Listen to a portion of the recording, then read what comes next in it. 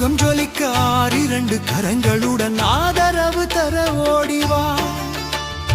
ஈசன் மகனே என்னை காக்க இங்கே உனை இன்றி வேறாரையா.